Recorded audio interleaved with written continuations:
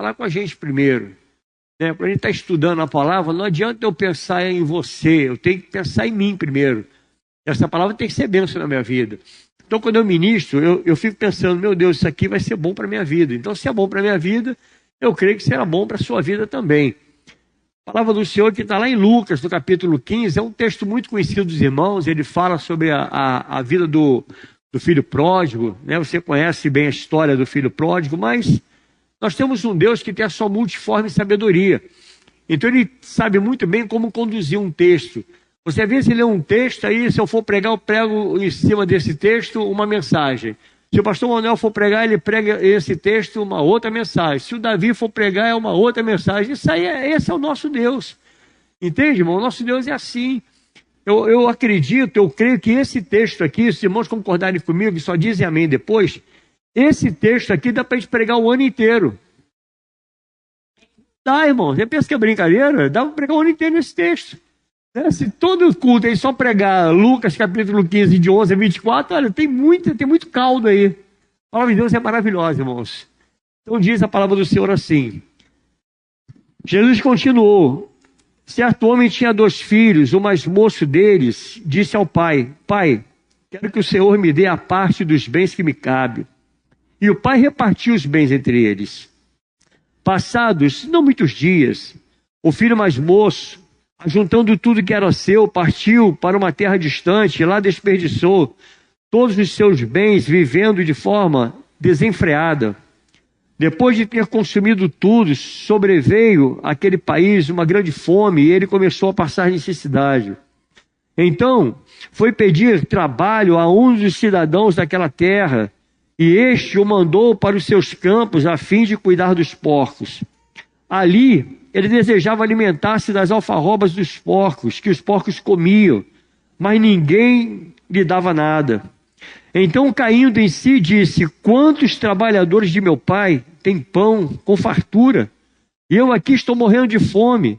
Vou me arrumar, voltar para o meu pai e lhe dizer, pai, pequei contra Deus e diante do Senhor. Já não sou digno de ser chamado de seu filho. Trate-me como um dos seus trabalhadores. E arrumando-se foi para o seu pai. Vindo ele ainda longe, quando seu pai o avistou e compadecido dele, correndo o beijou, e o abraçou e o beijou. E o filho lhe disse, pai, pequei contra Deus e diante do Senhor. Já não sou digno de ser chamado seu filho. O pai, porém, disse aos servos, tragam depressa a melhor roupa e vistam nele. Ponham um anel no dedo dele e sandália nos pés, tragam e matem o bezerro gordo. Vamos comer e festejar, porque este meu filho estava morto e reviveu. Estava perdido e foi achado. E começaram a festejar. Pai, essa é a tua palavra e nós cremos, Senhor, que tu tens algo mais a acrescentar ao nosso coração. Fale conosco, Senhor. Use a minha vida e não permita, meu Deus, que eu venha atrapalhar essa ministração, pois eu também careço de ser abençoado por ela. Muito obrigado, Espírito Santo, por tudo que o Senhor tem tratado conosco nesse altar. Eu creio que essa noite não será diferente. O Senhor vai tratar conosco através da tua palavra, porque a tua palavra ela cura, a tua palavra trata. Trate com a vida de cada um dos meus irmãos, pois damos liberdade ao Espírito Santo adorado, a falar conosco, a tratar com a nossa vida, e não damos liberdade a nenhum outro Espírito ousar se manifestar aqui, porque esse lugar é consagrado ao Senhor. Fale conosco e nos abençoe em nome de Jesus. Amém. Podem sentar, irmãos. Amados, eu creio que todo ser humano, ele tem ao menos 2 anelos. Eu creio que ele anela 2 coisas que são fundamentais para a sua vida. Uma das coisas que eu posso dizer que eu anelo por perdão. Eu creio que você também, né? Nós desejamos o perdão. Isso é algo que está dentro de nós. Olha, eu quero ser perdoado sempre. Sempre que eu erro, sempre que eu oro, que eu busco ao Senhor, eu quero receber dele o perdão.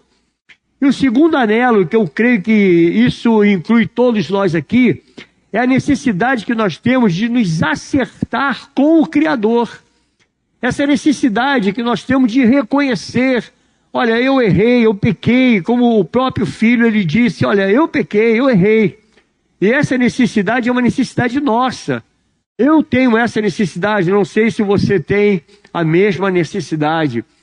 A necessidade de ser, de bondade, né? Eu não sei também como é que é a tua vida, mas eu tenho necessidade por bondade. Como assim, pastor? Você quer que eu seja bom contigo? Não, não é isso que eu me refiro. Eu tenho necessidade de bondade, ou seja, eu tenho necessidade de fazer o bem.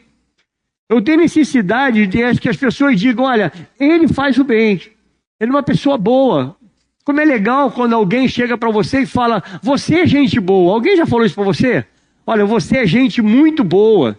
Né? A gente tem essa necessidade, então todos nós desejamos isso. Eu creio, porque eu estou pregando hoje para a igreja do Senhor. Eu creio que a igreja do Senhor ela tem necessidade de ser boa.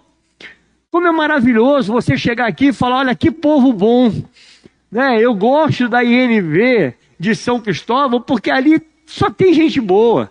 Você está sentado do lado de gente boa aí, irmão, sabia disso? Nós somos gente boa, né? Graças a Deus por isso. Então todos nós desejamos isso. E fazer o mal não faz parte do nosso ser. Muito embora às vezes a gente faz o mal. A gente comete o mal de vez em quando. Mas isso não faz parte de nós. Isso aí pode ser até um deslize, um descuido. E por descuido a gente acaba fazendo mal. Mas não é e não pode ser essa a nossa realidade, irmãos. Então nós queremos perdão e nós desejamos ser bons, ou seja, ser pessoas melhores. Portanto, o primeiro anelo que nós temos necessidade é o de perdão, e isso foi resolvido no Calvário. Se você se transportar agora de uma forma espiritual para o Calvário, você vai encontrar lá o perdão, porque foi lá que nós fomos perdoados, foi lá no Calvário. Eu tenho perdão, querido, de Cristo, porque Ele morreu por mim, e Ele ressuscitou por mim, e com a morte e ressurreição, nós fomos perdoados. Você sabe que se você é perdoado? Você é perdoado, querido, fomos perdoados. Nós fomos perdoados no Calvário. O sofrimento, ele pode ser um pecado resolvido lá no Calvário. Esse sofrimento pelo pecado, né? Porque há pessoas que sofrem por pecar. Há pessoas que pecam e que querem deixar o pecado, querem abrir mão do pecado, mas há tantas coisas no entorno que a luta é muito grande. Por isso, querido, que há uma nuvem no entorno que tenta de tudo que você não se arrependa do seu pecado. Há uma nuvem que fica no nosso entorno, que fica aí lutando para que você não reconheça que você é uma pessoa pecadora, que você erra, que você tem os seus erros. Portanto, o sofrimento, ele pode ser tratado. O sofrimento, ele pode ser esmagado se nós olharmos para o Calvário. E esse sofrimento pelo pecado, ele foi esmagado lá no Calvário. Você crê nisso, irmão? Eu creio nisso. Então, quando nós vamos a Cristo, nós recebemos o que nós mais necessitamos nessa vida. O que é que nós mais necessitamos? Ah, pastor, quando eu vou para Cristo, eu vou conseguir dinheiro. Não é isso, querido. Há algo que foi muito mais desejoso pelo Senhor dar a você e a mim, que é o perdão. Não há nada que o Senhor deseje mais dar ao homem do que o perdão dos seus pecados. Ah, mas aí como é que fica a minha vida profissional? Como é que fica o meu dinheiro? Trabalha, meu irmão. Trabalha para conquistar. Vai estudar, né? Vai estudar para você conquistar. Nós estamos falando de coisas altamente espirituais. Então nós podemos nos prostrar pela fé diante do Calvário e receber o perdão de Cristo. O perdão que Ele nos deu na cruz. Então, o segundo maior anelo de se transformar em alguém bom. Esse é o segundo anelo, a segunda coisa que eu mais desejo. Eu quero me transformar numa pessoa boa. Quero ser chamado de bom. Eu quero que a pessoa olhe e diga assim, olha, esse é um homem bom. Ele não é um homem ruim. Ele não é um homem que vive na prática do mal. É tão bom a gente ser chamado assim, querido. Quem veio para nos transformar em pessoas mais para pessoas boas foi a pessoa do Espírito Santo. O Espírito Santo que habita em nós, quando nós praticamos algo mal, o Espírito Santo que está em nós, ele próprio coloca lá o dedo na ferida e a gente cai na realidade. Assim é a vida daqueles que têm em si o Espírito Santo. Ele cai na real e reconhece: eu fiz mal a alguém. Eu fiz mal, e por ter feito mal, eu tenho que reconhecer o mal e me arrepender do mal que fiz. Essa é a nossa realidade. No fundo, todos nós queremos mudar para melhor. Eu creio. Eu creio que no fundo, nós queremos ser melhor. E se você quer ser transformado, querido, transformado numa pessoa melhor, vá pela fé ao Pentecoste, que você pode ser transformado. Porque a palavra do Senhor disse: olha aqui, descerá sobre ti o Espírito Santo, e o poder do Altíssimo ele te envolverá. Então o Espírito Santo ele desceu sobre nós, o poder do Altíssimo nos envolveu, e através desse poder nós podemos ser pessoas melhores. Você pode ser melhor, porque o Espírito Santo ele habita em você. Nós precisamos de Jesus, querido, para ter a vida eterna, e nós precisamos do Espírito Santo para resolver a nossa vida interna. Você consegue entender isso? Precisamos do Senhor para resolver o problema da vida eterna, e precisamos do Espírito Santo para resolver a nossa vida interna, porque é Ele quem trabalha em nós. O Espírito Santo, Ele trabalha dentro de você, é Ele quem nos transforma, é Ele quem muda a nossa vida. Então você tem a vida eterna. Você crê que tem a vida eterna? Eu creio que eu tenho vida eterna. Agora, como é que está a sua vida interna? Nós temos convicção, eu tenho vida eterna. A vida eterna é em Cristo Jesus. Mas como é que está a sua vida interna? Como está? Olha como é que Paulo diz em Romanos capítulo 7, versos 18 ao 20. Nesse caso, quem faz isso já não sou eu. Olha como é que estava a vida interna de Paulo. Ele reconheceu o que estava no seu interior. Neste caso, quem faz isso já não sou eu, mas o pecado que habita em mim. Porque eu sei que em mim isto é, na minha carne, não habita bem nenhum, pois o querer o bem está em mim, mas não o realizá-lo, porque não faço o bem que eu quero, mas o mal que não quero, esse faço. Mas se faço o que não quero, já não sou eu que faz, e sim o pecado que habita em mim. Era assim que Paulo se sentia no seu interior. Olha, eu quero fazer o bem, mas o bem que eu quero eu não consigo fazer.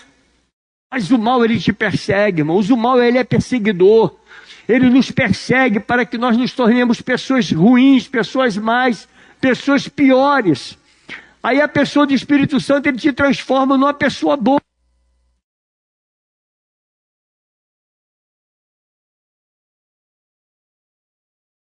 Aleluia. Alô, alô.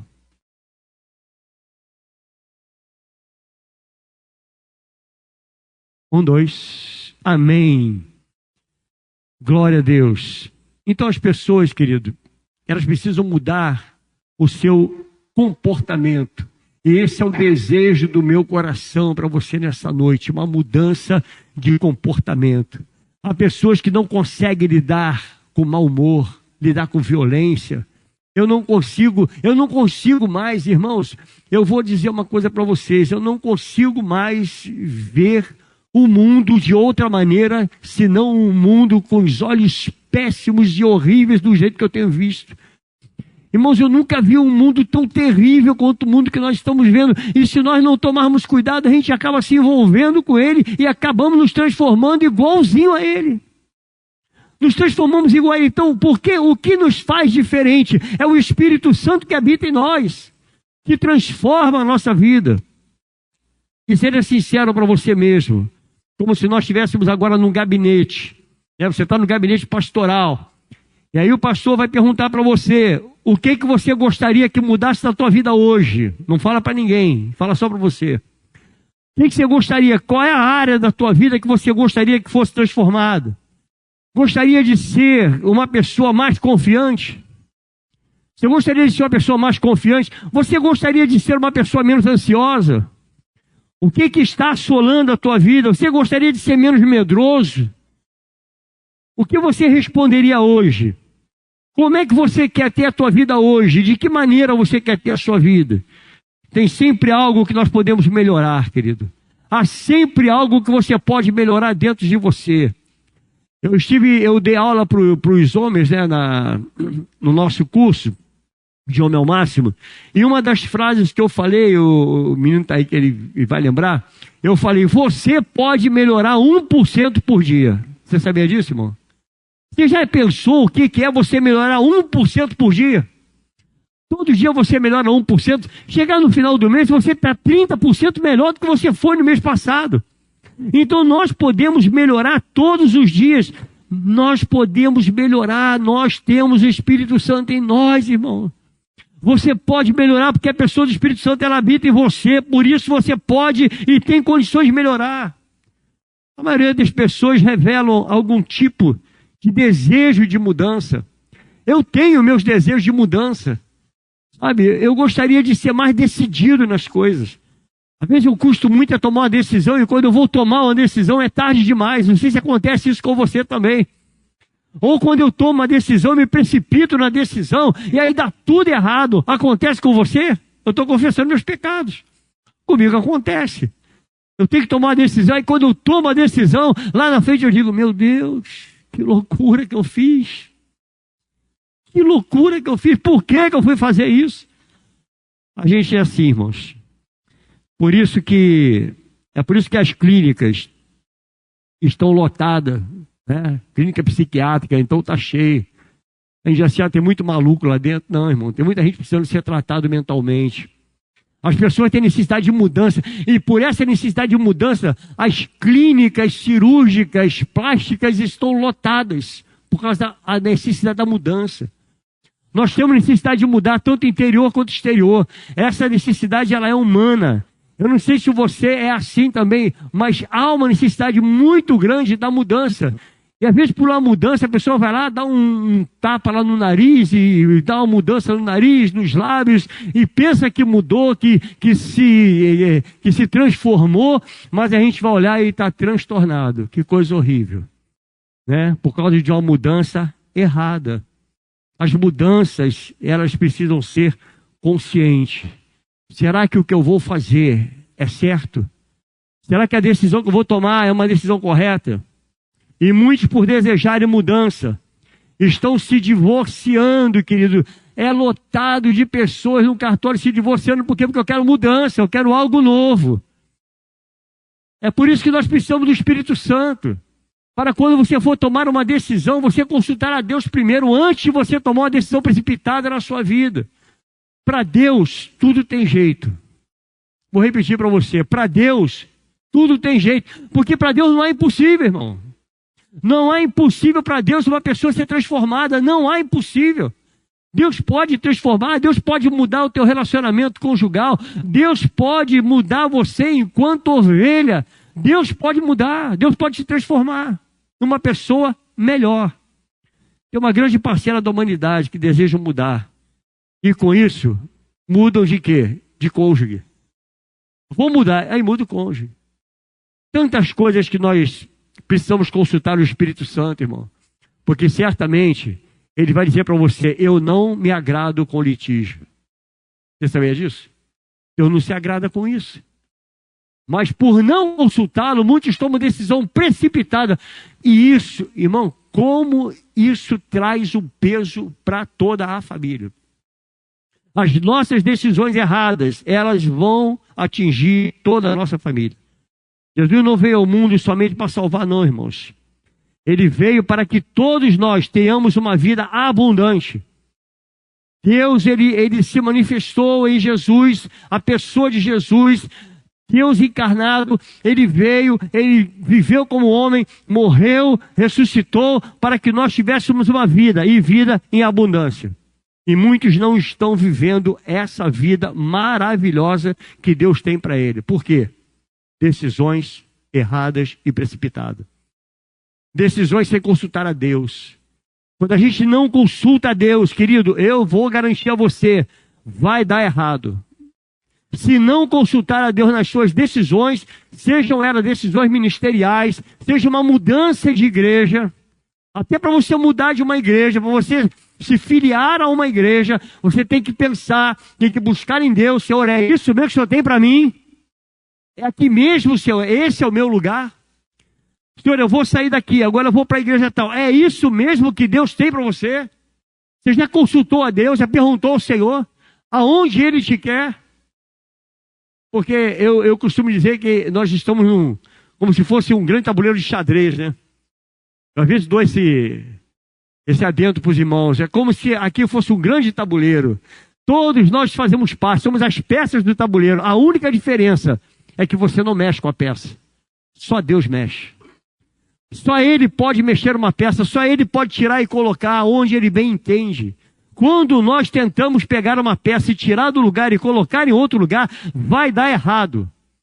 Se não consultar a Deus, dá tudo errado. Ele sabe das suas insatisfações, irmãos. Ele sabe se você está insatisfeito com o seu trabalho. Ele sabe se você está insatisfeito no seu casamento. Ele sabe de tudo. A questão é, busque ao Senhor.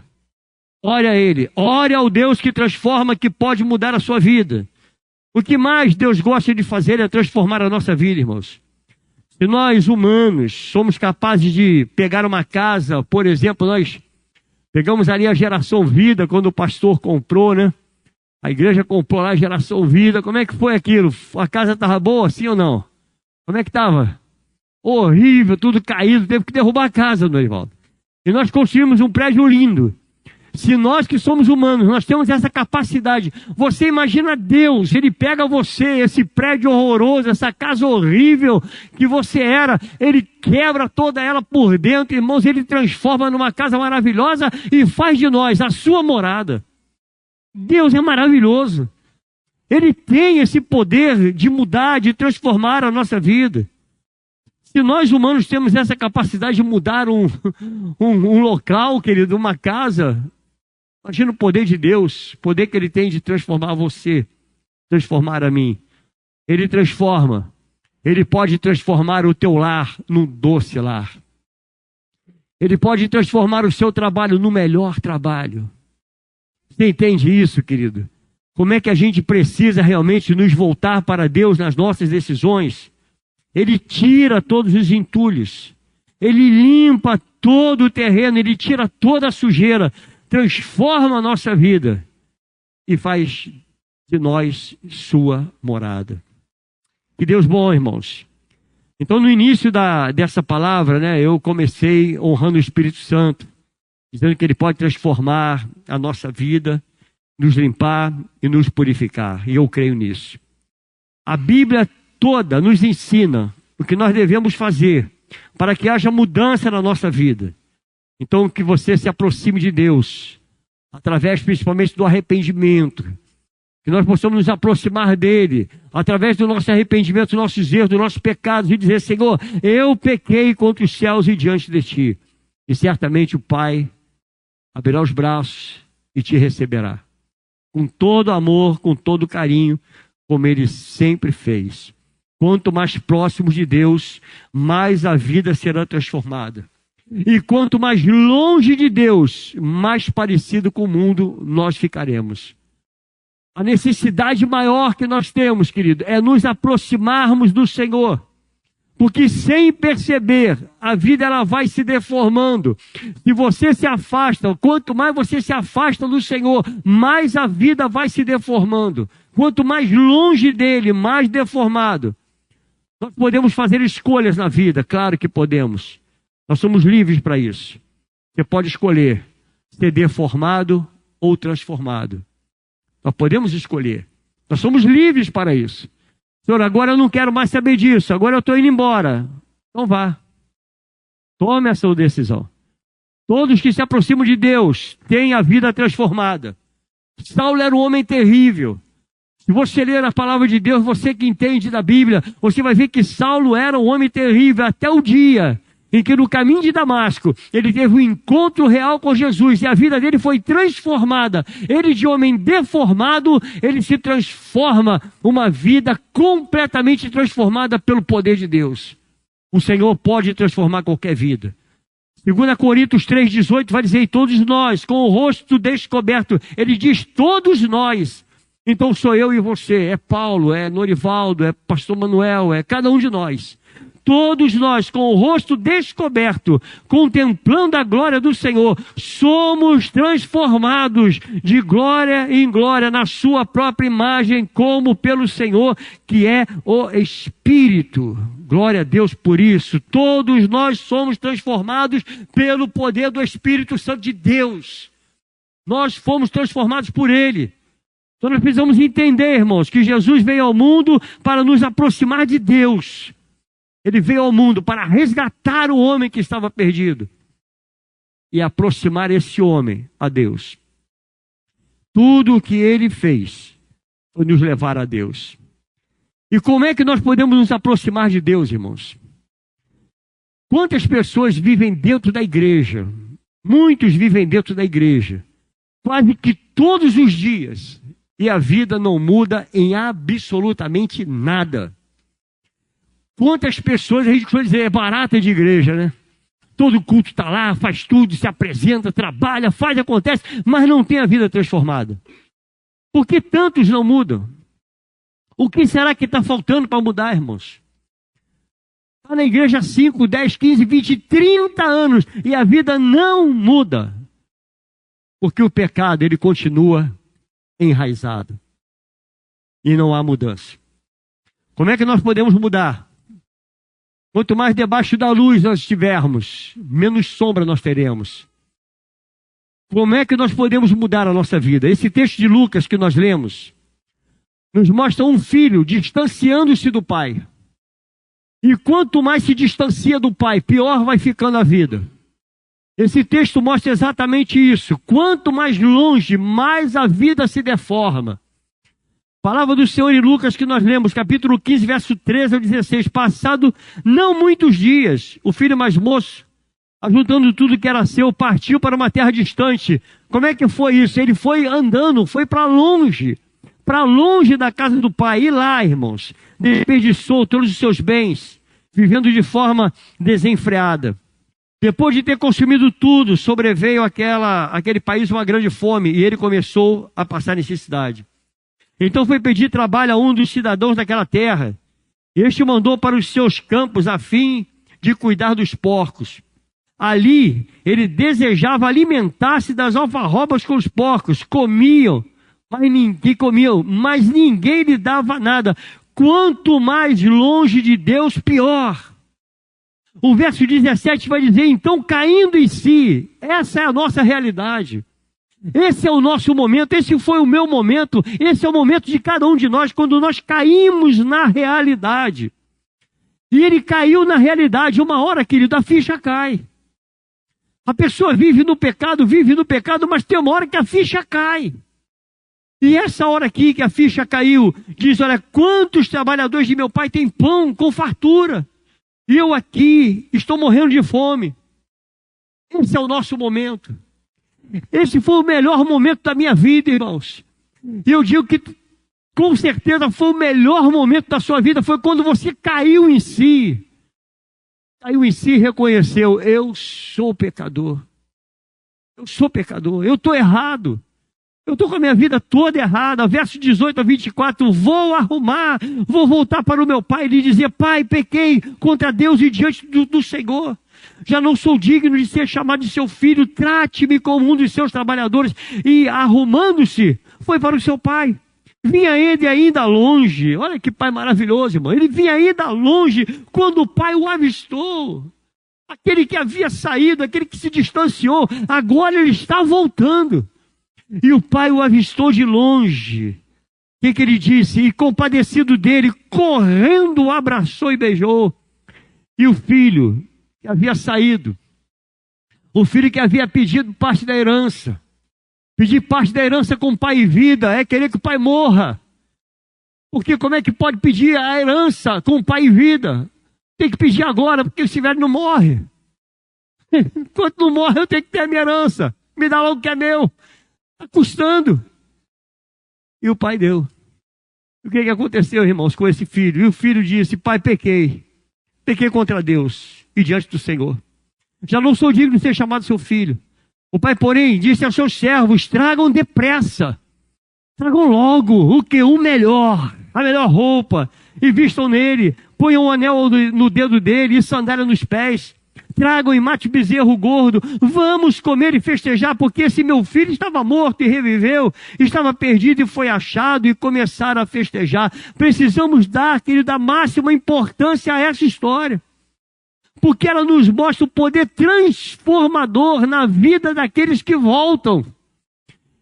É tremendo a gente ver quando uma pessoa volta, quando uma pessoa que estava lá no mundo do pecado, quando ela se volta para Deus, e você consegue ver a transformação dessa pessoa. Que coisa maravilhosa, irmão. Como o pai se alegra quando o filho volta. E ele voltou. Jesus queria mostrar aos seus discípulos o que acontece com alguém que se afasta e o que acontece com aquele que volta. Essa é a tônica dessa parábola. É o filho que vai, é o filho que abandona tudo, abandona o lar, abandona o pai, e agora o mesmo filho, agora ele volta. Jesus está nos dando uma lição com esse texto. Ele queria mostrar o caminho de volta, querido. Mostrar que, para mim e para você, nós temos um caminho. O caminho da volta é Jesus. Se nós não entrarmos por esse caminho, querido, o caminho é perdição. Só há esse caminho, voltar-se para Deus. João 14,16 vai dizer, Jesus respondeu, eu sou o caminho, a verdade e a vida, ninguém vem ao Pai a não ser por mim. Não basta estar dentro da igreja. A mudança acontece, querido, dentro de cada um de nós. É dentro de nós, é no nosso interior, é a transformação interna. É o Espírito Santo habitando em nós, transformando, moldando, mudando. E eu creio que eu estou diante de pessoas transformadas, mudadas pelo Espírito Santo de Deus. Glória a Deus pela tua vida, querida. Ele chegou ao seu limite.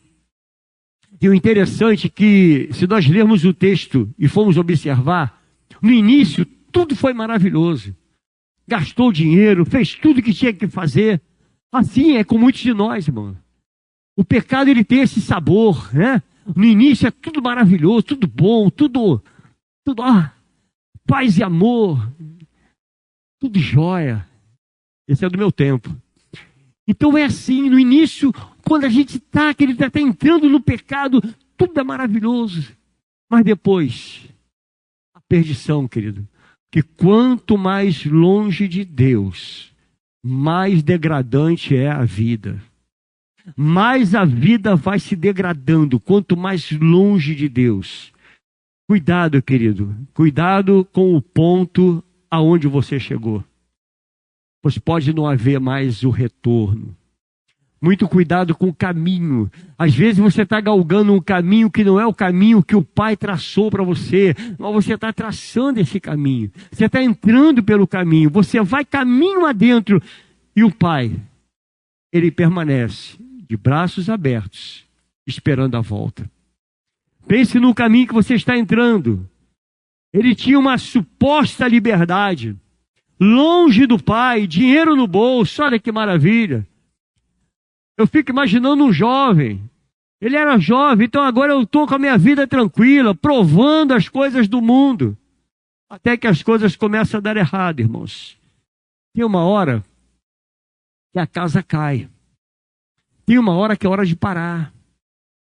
Deus está trazendo uma palavra para nós nessa noite, para dizer para mim e para você, é hora de parar. É hora de você olhar. Para onde você está indo? Como é que está o seu caminho? Que caminho você tem tomado? Que decisões você tem tomado na sua vida? Ele tinha uma suposta liberdade. E mais cedo ou mais tarde, com certeza, a casa vai cair. Se estiver longe de Deus, querido, a casa cai. Não tem jeito. Muito namoro, às vezes parece ser muito legal. No início do namoro, então, eu fui jovem, irmão, namorei. É tudo muito legal, né? A menina é gente boa, o cara, olha, esse cara é o cara que eu queria, que eu encontrei. Você consultou a Deus para o seu relacionamento? Consultou ao Pai se Ele tem isso guardado para você? No início tudo é flores. Uma amante é flor. Tudo no início são flores. O dinheiro fácil parece muito legal. Nós estamos acompanhando a história aí de uma mulher, de uma influência que para influenciar. Eu não entendo essa palavra influência, querido. Eu ainda tenho que pesquisar sobre isso. Influenciar o quê? Mas tem aí uma influência envolvida com um monte de coisa que ganhou muito dinheiro. O carro custa 4 milhões, não sei quantos milhões a casa. E agora, irmão? A casa cai. Querido, não tem jeito, longe de Deus, sem Deus, a casa cai. Tem uma hora que tudo dá errado. Tem uma hora que dá errado. E o interessante é que não dá errado no começo, não, irmãos. Vai dando errado na caminhada. Ele pegou todo o dinheiro do pai, ali era o começo. Ele pegou o dinheiro da parte que era dele, a parte que era dele, pronto, botou no bolso, agora eu vou embora. Tudo no começo foi bom. Eu fico pensando no meio da estrada, se fosse hoje, nos dias de hoje, como seria? Já começa a pensar, qual é o carro que eu vou comprar? Onde é que eu vou morar agora? Já sei, vou comprar um Land Rover, vou morar na Barra da Tijuca, vou ficar numa vida, não vai ser muito legal. Vou tomar todas e dar gelada, da 1 a 51, e vamos que vamos. Né? No início tudo é só projeto. Só que no final, foi um desastre, irmão. Quanto mais longe de Deus, pior. O verso 17 é tremendo, que ele diz, então caindo em si. Ele acordou a tempo, querido. O interessante dessa história é exatamente esse verso 17, é quando você acorda a tempo. E ainda há tempo de acordar para você não cair num erro, não cair no engodo do diabo. Ainda há tempo de acordar. Você ainda tem tempo de parar e pensar, será que o que eu estou fazendo é correto? Será que esses documentos que eu tô aqui, estou fechando negócio com fulano, com Beltrano, será que isso aqui está correto? Será que é correto quando eu for vender alguma coisa para alguém e esconder a realidade dos fatos? Será que isso é correto?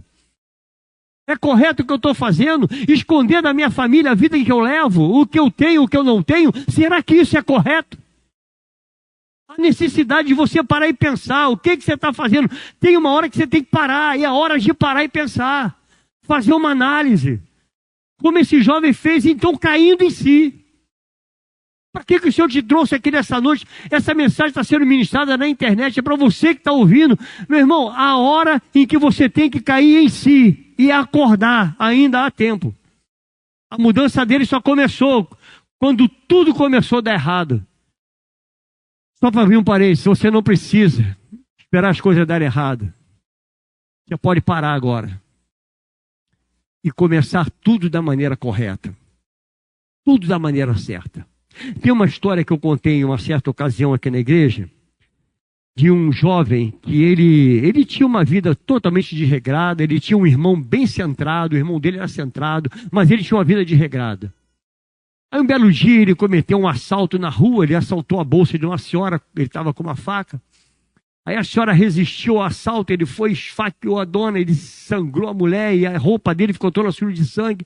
Aquele jovem corre, sai correndo, entra para dentro de casa. Quando o irmão olha aquela roupa toda suja de sangue, ele olha para o irmão e diz, meu irmão, me dê agora a sua roupa. E ele troca a roupa com o irmão, porque ele sabia que o irmão não iria suportar as pressões. E ele troca aquela roupa, ele veste aquela roupa toda sanguentada. Aí a polícia entra na casa. Quem é o culpado, Edivaldo? É quem está com as vestes sujas de sangue. Aí ele pega aquele jovem, leva para a prisão. Aquele jovem respondeu o processo, foi processado, Davi. Foi preso, Davi. Ficou lá na masmorra.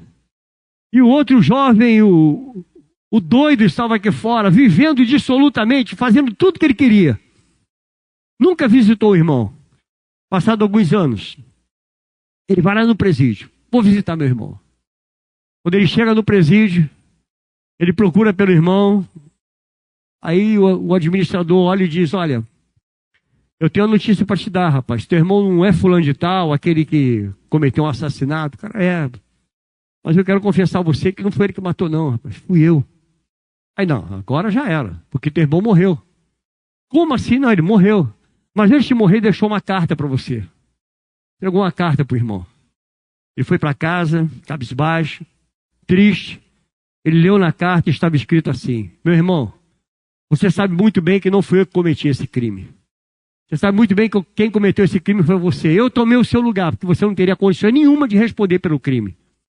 Isso para dizer para você, eu estou lhe dando uma oportunidade para você começar tudo de novo. Mas agora, começa certo. É o que Deus faz para nós. É o que Deus faz comigo e com você.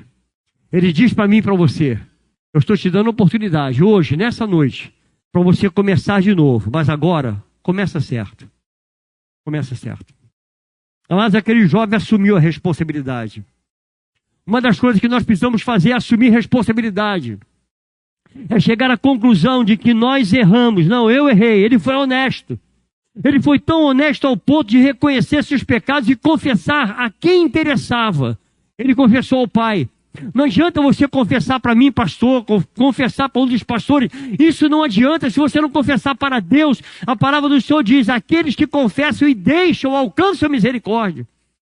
É confessar o pecado e deixar o pecado de lado para alcançar a misericórdia. É o que ele alcançou do Pai. E diz a palavra de Deus no verso 18 e 19, já não sou digno de ser chamado seu filho, ou seja, eu reconheço, eu não sou digno de estar aqui. Eu não sou digno, Pai.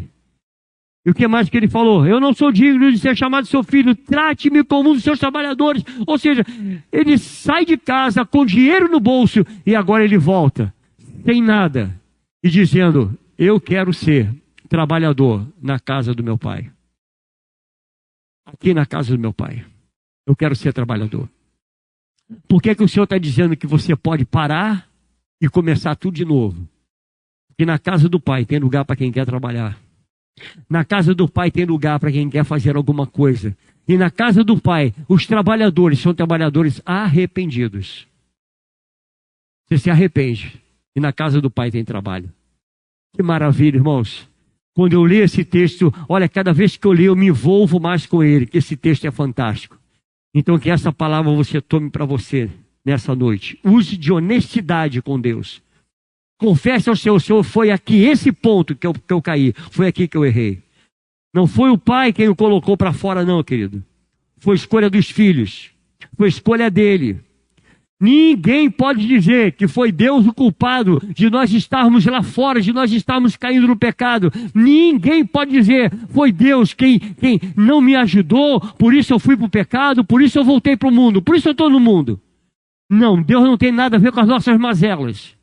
Deus não tem absolutamente nada a ver com aquilo que você faz. Assumir a responsabilidade, esse é o ponto principal. Quando ele assumiu a responsabilidade e reconheceu, eu sou errado. Isaías 59, 1 ao 2 vai dizer, eis que a mão do Senhor não está encolhida, para que não possa salvar, e o seu ouvido não está surdo para que não possa ouvir, mas a iniquidade de vocês fazem separação entre vocês e o seu Deus, e os pecados que vocês cometem o levam a esconder o seu rosto de vocês, para não ouvir os seus pedidos. Nós escolhemos a distância que nós queremos estar de Deus. Somos nós quem escolhemos. Sempre estaremos perto de Deus, quando assim nós decidirmos estar perto de Deus. Decida estar aonde Deus está. Decida estar perto de Deus. Como é que eu faço isso? Abra mão daquele pecado de estimação. Abra mão, querido, em nome de Jesus. Se essa palavra não é para você que está aqui, com certeza há um par de ouvido que vai ouvi-la. Porque Deus não fala para quem não ouve. Deus fala para quem escuta, querido. Nosso Deus é tremendo. Somos nós que escolhemos. Ao participar dos cultos, você está dizendo para Deus assim, Senhor, eu quero estar perto de Ti. Quando eu dobro meu joelho em oração, quando eu vou buscar o meu Deus, eu estou dizendo para Deus, Senhor, eu quero estar mais perto de Ti. Quando eu leio a palavra do Senhor, eu estou dizendo para Deus, eu quero estar perto de Ti. Quando eu vou a uma célula, eu estou dizendo, Senhor, eu quero estar perto de Ti. Eu quero estar onde o Senhor está. Eu quero estar perto do Senhor. Quero estar perto de Ti. Quanto mais debaixo da luz, menos sombra. Eu quero estar aonde a luz está. Pensa nisso, querido. Quanto mais tempo você gasta lendo a palavra, orando, quanto mais tempo você gasta louvando a Deus, Mas você está dizendo, eu quero estar sempre perto do Senhor. Escolha ter um tempo a sós com Deus, querido. Escolha ter o seu tempo com Ele. É tão bom quando nós podemos estar no nosso quarto. É ali que o Senhor disse, olha, vá para o teu quarto, olha a Deus que está em secreto. Vá lá no teu secreto. Faça do teu quarto o teu secreto com Deus. Faça da tua vida um secreto com Deus. Aonde você estiver, queira estar com Deus sempre. Escolha ter um tempo a sós, querido. E Davi disse exatamente isso, a mesma coisa. Eu pequei. O filho pródigo disse, eu pequei. Isaías deixou registrado, eu pequei. Eu pequei. Os pecados afastam o homem de Deus. Quanto mais o pecado, mais longe de Deus vai ficar. Portanto, queridos, o caminho para encontrar o perdão é reconhecer que o pecado te levou para longe. Esse é o caminho para você encontrar o perdão. É reconhecer que o pecado está te distanciando de Deus. Interessante esse texto, porque ele se apresentou diante do Pai. Ele se apresentou. Portanto, amado, Deus não nos quer apenas presente. Deus não nos quer somente presente. Deus não quer você somente presente, não. Deus te quer pertencente a Ele. Muito mais do que presente. Deus quer que você pertença totalmente a Ele, desejando a Ele. O arrependimento dele, querido, foi poderoso. Ele sai da casa do Pai dizendo, me dê o que é meu. Me dê a minha parte. Você sabe lá o que é isso? Ele olhar para um pai em vida. Meu irmão, se a pessoa que quer o teu filho em vida fala isso para você, pai, me dá o que me pertence, eu quero a parte que cabe a mim. É como se estivesse matando o pai. Terrível isso. É como se tivesse excluído Deus. Ou seja, eu não quero o pai, eu quero o que o pai tem. Há pessoas que estão, querido, apenas correndo atrás daquilo que Deus tem para dar. Não quero Deus, eu quero apenas o que Ele tem para dar. É por isso que há tantas propostas aí. Vem para Deus e você será feliz. Venha para Deus e você vai ter, você vai ganhar, você vai conquistar. É tempo de conquista. Há pessoas que estão exatamente assim como o filho pródigo. E Deus, eu mato Deus, mas eu quero o que Ele tem. Mas eu não quero Ele. Eu não quero Ele. Eu quero o que Ele tem para dar. Queira Deus. Queira Deus na tua vida. Independente do que você vá ou não conquistar. E saiba, querido, que tudo que Ele tem para nós é o melhor. Até o não dele para você. Até o não de Deus para nós é o melhor. E ele volta para casa pedindo para ser servo do Pai. Interessante isso. Assim são aqueles que desejam voltar para o Pai, querido. Voltam para servir. Ele sai de casa exigindo que o pai desse herança. E acabou comendo lavagem dos porcos. Sabe lá o que é isso? O Senhor está falando comigo e com você nessa noite. A transformação acontece quando a gente sai de cena e entra somente a pessoa do Espírito Santo, querido. O Espírito Santo é o único que pode nos convencer disso. Nos convencer do pecado, nos convencer dos nossos erros. Peça a Deus nessa noite, Senhor, mostra aonde eu estou pecando, aonde eu estou errando. Qual é a nota que Deus daria para você nessa noite, irmão? Qual nota o Pai daria para você como filho? 0 ou 10? Que nota Ele daria para você? Quando o filho chegou de volta, o pai o beijou e o abraçou. Isso é cristianismo, irmão. Cristianismo é perdão. Cristianismo é amor. Cristianismo é isso. Então faça essa noite uma vida de arrependimento. O arrependido, ele sempre será abraçado pelo Pai. E perdão, ele começa com mudança de atitude. É o que começou com ele. Tomou uma atitude. E aí tudo se transformou. Vamos nos colocar de pé, irmãos. Vamos pensar um pouquinho Eu quero te convidar a pensar na sua vida agora. O pai mandou trazer o que havia de melhor. E deu àquele filho arrependido o que havia de melhor. Depois do arrependimento, vem o que há de melhor, irmão. Deus tem sempre o melhor para o arrependido. Tem sempre o melhor. Ele se arrepende, o pai diz, não, traga o melhor, traga o novilho, aquele gordo, saudável, traga. Não, pega as melhores vestes, coloque nele, me dá um anel, eu quero colocar no dedo do meu filho, eu vou calçar os seus pés, eu vou dar a ele o que há de melhor. O Senhor está te dando o que há de melhor nessa noite. Se assim você deseja. Você deseja o melhor de Deus? Então começa a pensar, aonde você está errando? Querido, isso aqui, essa palavra é para ser humano. Viu? É para ser humano. É para mim, é para você. Quantos erros nós temos? Quantas vezes nós erramos, irmãos? Quantas vezes a gente acha que tem razão? A gente tem razão em tanta coisa. Mas eu quero te dizer, amada igreja, diante da cruz de Cristo, todos nós erramos. Não há um certo. Só Ele é certo. Então reconheça isso. Senhor Deus, eu coloco em Tuas mãos a vida desse meu irmão, dessa minha irmã. Pai, nós queremos que o Senhor nos aponte, Pai. Que o doce Espírito Santo nos ajude agora. Mostra, Senhor, os nossos erros. Aonde estamos errando. As decisões que temos tomado, as decisões que ainda vamos tomar. Pai, nos mostra. Nos mostra para que nós não venhamos a fazer como esse filho pródigo. Tomou uma decisão precipitada. Ó Deus, e se perdeu no meio do caminho, precipitadamente.